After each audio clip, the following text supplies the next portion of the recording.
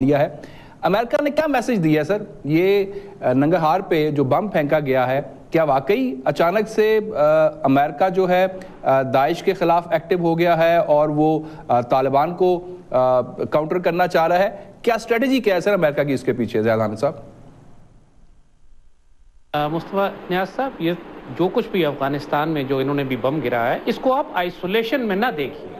اس بم گرانے سے 3 روز پہلے انہوں نے شام پر بھی ایک کروز میزائلوں کا ایک حملہ کیا تھا، اور اس بم گرانے کے بعد امریکہ نے نیواڈا کے ڈیزرٹ میں ایک ایٹمی دھماکہ بھی کیا ہے، ایک نیا گریوٹی نیوکلیئر بم بھی ٹیسٹ کیا ہے۔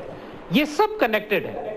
ہو یہ رہا ہے کہ ڈونلڈ ٹرمپ کی جو ایڈمنسٹریشن تھی، اس کی ساری الیکشن پالیسی یہی تھی، الیکشن مینڈیٹ، اس نے اسی بات پہ ووٹ جیتا تھا کہ میں امریکہ کو جنگوں سے باہر نکالوں گا، اور جو اوورسیز وارز امریکہ لڑ رہا ہے جس کی وجہ سے trillions of dollars American economy کو نقصان پہنچ رہا ہے، اس پیسے کو بچا کر میں امریکہ کے ڈومیسٹک انفراسٹرکچر پہ خرچ کروں گا۔ اور ظاہر ہے کہ جو اسرائیلی لابی ہے، جو نیو کارن ایوانجلیکل کرسچن زائنسٹ ہیں، وہ کسی صورت میں اس ایجنڈے کو ڈسٹرب نہیں ہونا دے سکتے کہ جو انہوں نے گریٹر مڈل ایسٹ میں مسلمان ملکوں کو تباہ کرنے کے لیے بنایا ہوا ہے۔ لہٰذا جو کیمیکل فالس فلیگ اٹیک کیا گیا سیریا میں، اس کا مقصد تھا کہ ڈونلڈ ٹرمپ کو سیریا کی جنگ میں گھسیٹا جائے، اور وہی ہوا۔ اگلے ہی دن امریکہ اس جنگ میں داخل ہو گیا۔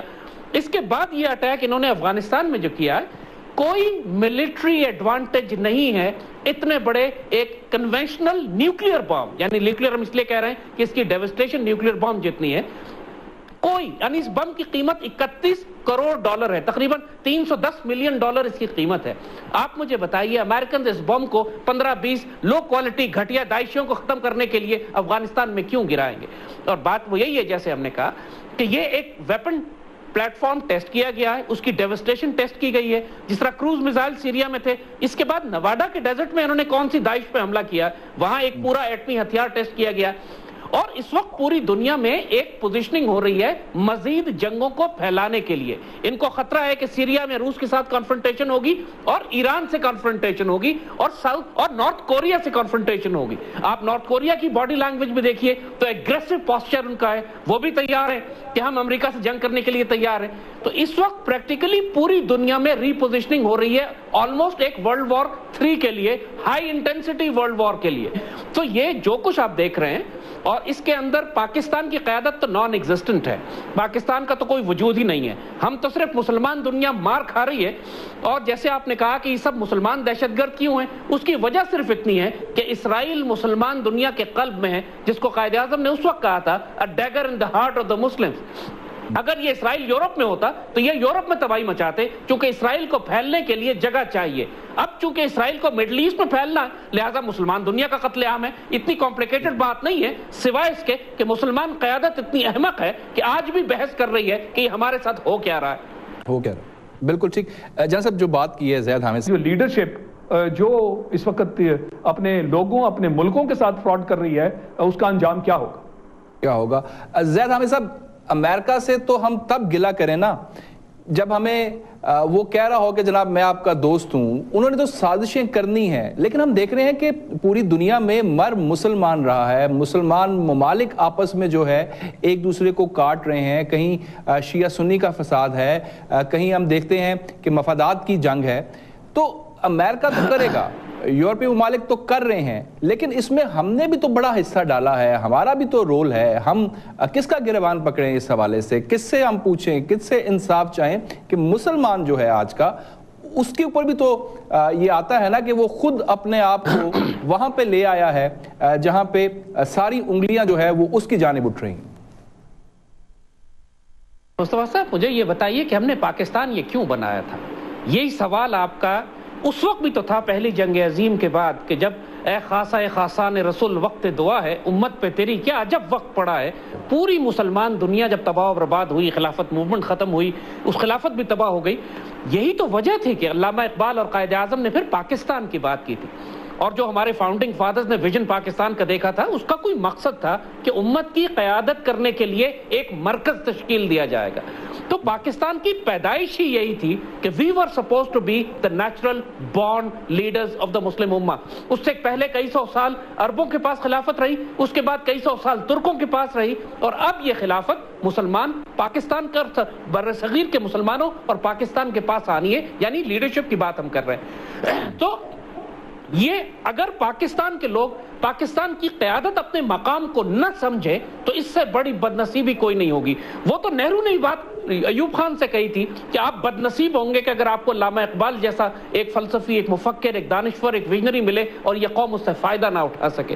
تو المیہ تو ہمارا یہی ہے، قیادت پاکستان نے کرنی ہے. یہ جو پاکستان کو 39 ملکوں کا الائنس کی قیادت دی جا رہی ہے کسی وجہ سے دی جا رہی ہے. جب جنرل ضیاء الحق کو UN میں بھیجا گیا تھا کہ مسلمان دنیا کی نمائندگی کریں تو پاکستان کو انہوں نے نمائندگی دی تھی، یہ کہہ کر کہ آپ امت مسلمہ کی قیادت کرنے کا حق رکھتے ہیں. آج اللہ نے ہمیں ایٹمی طاقت بنایا ہے. ہمارا المیہ یہ ہے کہ ہمارے حکمران جو نہ نگاہ بلند ہے، نہ سخن نلواز، نہ جاں پرسوز، نہ نگاہ پاک، نہ ہاتھ صاف، اور ان کووں کو، ان گدھوں کو شاہینوں کے بسیرے عطا ہو گئے ہیں. ان استغفر اللہ رب العالمین، جہاں امت کی قیادت ملنی تھی وہاں پہ یہ پاناما کے اور میمو گیٹ کے اور ڈان لیگز کے سکینڈلوں میں پھنسے ہوئے امت کا بیڑا غرق کر رہے ہیں. ہم وقت ضائع کر رہے ہیں. آپ نے پوچھا کہ ہمیں کیا کرنا چاہیے تھا، سیدھی بات ہے کہ ہمیں پاکستان کی فوج کو اٹھنا پڑے گا. اٹھنے کا مطلب یہ نہیں ہے کہ مارشل لاء لگا دے، اٹھنے کا مطلب ہے کہ پوری قوت سے سپریم کورٹ کو سہارا دے کہ آپ پاناما کا فیصلہ کریں. آپ کو کیا پرابلم ہے کہ پاناما کا فیصلہ روک کے بیٹھے ہوئے ہیں؟ امت کا سوال ہے، پاکستان کے مستقبل کا سوال ہے. آپ کیوں پاناما کا فیصلہ نہیں کرتے؟ اگر یہ ڈاکو ہیں تو نکالیں ان کو. اگر آپ اور آرمی کو چاہیے کہ قانون نافذ کرے، مارشل لاء نہ لگائے، لا انفورس کرے. آپ میمو گیٹ پہ، ڈان لیگ پہ، عزیر بلوچ پہ، ڈاکٹر عاصم کے کیس کے اوپر قانون تو نافذ کر سکتی ہے نا پاک فوج. اگر پاک فوج نے قانون نافذ نہ کیا تو پھر آپ شام اور عراق اور لیبیا سے جس سے برا حال آپ کا ہوگا، کیونکہ آپ ایک ایٹمی طاقت ہیں اور پوری دنیا اور آپ کے خلاف مشرک بھی ہے. ہندوستان بھی تیار بیٹھا ہے، امریکہ اور اسرائیل بھی آپ کے خلاف بیٹھے. استغفر اللہ، ساری ذمہ داری پاکستان کی تباہی کی آج کی اشرافیہ پہ، سپریم کورٹ کی چیف جسٹس پہ اور سپہ سالار پہ ہوگی. اس طرف آتے ہیں لیکن تو یہ آپ کے سامنے ایسے بہت سی چیزیں موجود ہیں ناظرین، اس کا کچھ حصہ ہم نے آپ کو دکھایا. زید حامد صاحب، یہ جو ڈرامے امریکہ کر رہا ہے، یہ جو فلمیں وہ بناتے ہیں اور پھر وہ 400 سے زائد جرائد میں یہ فرنٹ پیج کے اوپر یہ تصویر سیرین بچے کی چھپی، اور ہم دیکھ رہے ہیں کہ وہ پورا ایک ڈرامہ تھا جسے پلے کیا گیا، جسے پراپرلی شوٹ کیا گیا. یہ کب تک یہ سلسلہ اسی طرح جاری رہے گا اور ہم جو ہے وہ بے وقوف بنتے رہیں گے؟ دیکھیے سر، یہ بات یہ ریلائز کر لیجئے کہ آج کل کے جو ماڈرن دور میں جو جنگیں ہیں یہ دو ایکسس سے لڑی جاتی ہیں. ایک کورٹ آپریشنز، پراکسی ایلیمنٹس ہیں جس طرح TTP یا داعش ہے یا فری سیرین آرمی ہے، اس قسم کے دہشت گرد گروہوں کو بنایا جاتا ہے. اور اس کا دوسرا ایکسس ہے information warfare, psychological operation, perception management. اور آپ نے عراق کے خلاف بھی جب جنگ کی تو ویپنز آف ماس ڈسٹرکشن کا اتنا بڑا ڈرامہ پہلے دنیا میں بنایا کہ کولن پاول جیسا شخص جا کے یونائٹڈ نیشنز میں ایک جھوٹ بولتا ہے، ڈوسیئر بناتا ہے جو ٹوٹل فراڈ ہوتا ہے، اور اس کی بنیاد پر آپ نے عراق پر حملہ کیا ان لوگوں نے اور تباہ و برباد کر کے رکھ دیا. تو پاکستان میں جو آپ نیریٹو آپ دیکھ رہے ہیں کہ سارا کچھ جو ساری جنگ پاکستان کے خلاف بھی ہے، اس میں ایک طرف انفارمیشن وارفیئر ہے، سائیکولوجیکل وارفیئر ہے. پاکستانی میڈیا ہاؤسز کو خریدا گیا ہے. پاکستان کی اپنی انفارمیشن منسٹری پرویز رشید جیسے شخص کے ہاتھ میں جو ڈان لیگ کا مجرم قرار دے کے اس کو ڈسمس کیا گیا. اور پاکستان کے خلاف جو TTP اور BLA اور MQM کے یہ جو ایلیمنٹس ہیں، جو پراکسی ایلیمنٹس پاکستان کے خلاف لڑ رہے ہیں، تو یہ 21st سینچری وارفیئر ہے. اسی کو 5th جنریشن وار کہتے ہیں. اور آپ انفارچونیٹلی دیکھیے کہ پاکستانی آرمی ایک پراکسی ملیٹنٹ ایلیمنٹس کے خلاف تو بڑا ایگریسولی جنگ کر رہی ہے، لیکن جو دوسرا پرانگ ہے جو پوری دنیا میں اس وقت سب سے ایگریسولی ڈپلوائے ہو رہا ہے خود پاکستان کے خلاف بھی، ڈان لیگز جس کا حصہ تھا، میمو گیٹ جس کا حصہ تھا، وہ انفارمیشن وارفیئر ہے. پاکستان آرمی کے پاس کوئی ادارہ نہیں ہے جو انفارمیشن وارفیئر کر سکے. جو کام حکومت کو کرنا تھا حکومت خود کمپرومائز ہو گئی. پرویز رشید کون سی کاؤنٹر انفارمیشن وارفیئر کر کے پاکستان کے مفادات کا دفاع کرے گا؟ تو یہ المیہ یہ ہے ہمارا کہ یہ فلینکس کھلے ہوئے ہیں، اور ان فلینکس سے چاہے وہ اکنامک ایکسس ہو، چاہے وہ میڈیا ایکسس ہو، اور چاہے وہ پولیٹیکل ایکسس ہو، پاکستان کی تمام سیاسی جماعتوں میں اس وقت بڑے بڑے نام آپ کو غداروں کے ملتے ہیں یا ان لوگوں کے ملتے ہیں کہ جن پر غدار ہونے کا شک ہے. اور جس طرح بات کہی تو یہ المیہ اب اس کو کیسے ریزالو کریں گے؟ ہم اس جنگ میں شکست کھا رہے ہیں کیونکہ پاکستان آرمی صرف ایک ملیٹنٹ ایکسس پہ رسپونڈ کر رہی ہے. پاکستان آرمی جو چاہتی ہے کہ ادارے کام کریں تو ادارے کام نہیں کر رہے. اب آپ کیا کریں گے؟ یا ریاست تباہ کروا لیں یا آئین کو ماورائے آئین جا کر کوئی کام کریں. یہ فیصلہ قوم کو، فوج کو، سپہ سالار کو کرنا ہے. پاکستان نے 40 لاکھ قربانیاں دے کر ہم نے 50 لاکھ ہم نے پاکستانی ریاست کے لیے قربانیاں دی تھی، آئین کے لیے نہیں دی تھی. آئین دوبارہ لکھا جا سکتا ہے. آپ نے فوجی عدالتیں بھی بنائی تو آئین میں تبدیلی کی، آپ نے آئین میں ایڈجسٹمنٹ کی، آئین کو پیچھے کیا آپ نے، لیکن فوج کو بیچ میں داخل کیا. یہ کرنا پڑے گا. اگر نہیں کریں گے جیسے بات کہی دوسروں سے سبق سیکھیں. عراق، شام، لیبیا میں جو ہو چکا ہے یہ پاکستان میں ہو رہا ہے اور اللہ نہ کرے ان سے زیادہ برا ہمارا ہوگا کیونکہ ہمارے یہ دشمن بہت زیادہ ہیں ان ملکوں کے مقابلے میں. رائٹ. ایئر مارشل صاحب یور ٹیک آن دی ہے تو جو پچھلے ادوار کی مثالیں ہیں ان کو سامنے رکھتے ہوئے ہم کیا امید رکھ سکتے ہیں؟ دیکھیے مصطفیٰ، بات یہ ہے کہ جو پچھلے ادوار کی غلطیاں ہوئی اس کی سزا بھی تو آپ کو پھر مشرقی پاکستان کی صورت میں ملی. اس کی سزا بھی تو پھر آپ کو اللہ نے اتنی سخت دی کہ ہماری استغفر اللہ ابھی تک وہ زخم ہمارے دل کو چیرتا ہے. بات یہ ہے کہ اب 40 سال گزر چکے ہیں اس واقعے کو اور اس کے بعد دوبارہ ہم تاریخ کے اسی موڑ پر کھڑے ہیں. اور اقبال جو کہتے ہیں کہ سخت ہوتی ہیں فطرت کی تعزیریں، ہم دوبارہ وہاں کھڑے ہیں آ کے. اگر وہی غلطیاں کی جو اس وقت کے حکمرانوں نے کی تھی تو اللہ نہ کرے پھر ہمیں وہی تکلیف ہوگی جو ہمیں 71 میں ہوئی تھی. اللہ اس پاکستان کو سلامت رکھے گا انشاءاللہ. جو اس کے نصیب میں ہے تقدیر کہ اس کی ہاں اور نہ میں دنیا کے فیصلے ہوں گے وہ ہوں گے، مگر اس پاکستانی قوم کو پھر بڑی عبرتناک سزا لگے گی. ہمیں آج 4-5 ہزار دہشت گردوں کو، کرپٹ کو، خائنوں کو ٹانگ دیں، ملک صاف ہو جائے گا. ورنہ ان کی ضلالت کی وجہ سے، ان کی گمراہی کی وجہ سے، ان کی غداریوں کی وجہ سے پھر 1 کروڑ کی قربانی دینی پڑے گی.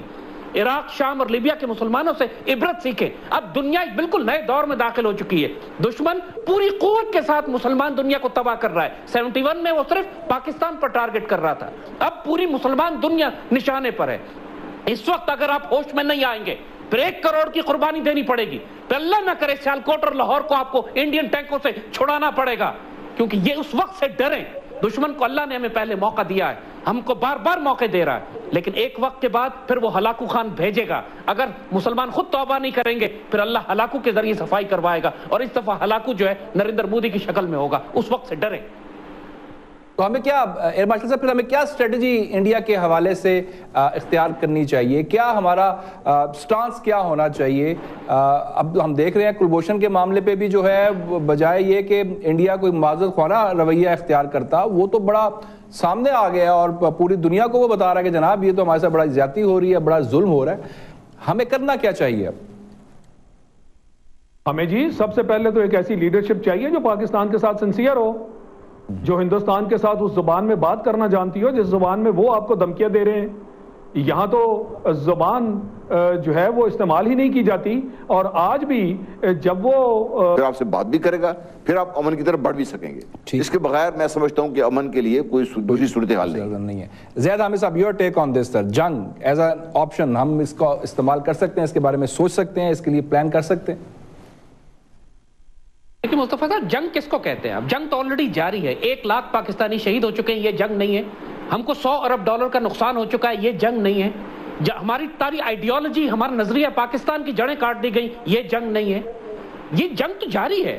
بات آپ سوال کر رہے ہیں کہ کیا نیوکلیئر وار ہو سکتی ہے پاکستان انڈیا کے درمیان اور ناٹ، اور اس کا جواب خود Indian national security adviser Ajit Kumar Doval دے چکا ہے کہ نیوکلیئر ایج کے اندر پراکسی وارز ہوتی ہیں. پاکستان کی کاسٹ اتنی بڑھا دیں کہ اندر سے امپلوڈ کر جائے، اور یہی آپ کو انڈیا کے ساتھ کرنا ہے. کشمیر اب آپ دیکھ رہے ہیں کہ خود انڈیا کہہ رہا ہے، انڈین منسٹرز کہہ رہے ہیں کشمیر ہمارے ہاتھ سے نکلتا جا رہا ہے. کاسٹ آف آکوپیشن بڑھ گئی ہے ان کے لیے. اسی طرح خالستان کو سپورٹ کیجئے، نیکسلائٹس کو کیجئے، 7 سسٹرز کو کیجئے. انڈیا کے اندر وہ سب کچھ کیجئے جو وہ آپ کے ساتھ کر رہے ہیں.